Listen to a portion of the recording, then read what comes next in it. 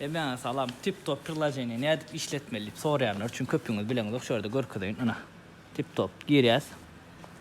açılı şurada go knopka çıkan da aşağıda görüyorsunuz go'nu bastık böyle gitti hep yoraktan imno yoracak baltığınızı açın uydu açıp yatan gülen bolyanlar imno yorayan altın ya da uydu açsanız ilak beylak yoran uygu içinde de eliniz hareket eder ata dışarıda yönü şunu alıp yorayanız hep yorayanız misal şu yoradınız barcak yerinize bardınız şurada da hatta pauza var pauzanı bassanız son stop bassanız böyle hep yapıp görüyorsunuz böyle yeni sorayanlar için ne edip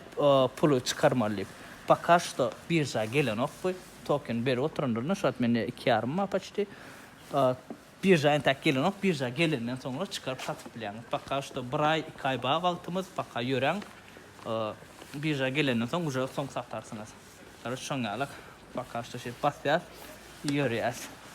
işte böyle hep yörek kadar alayım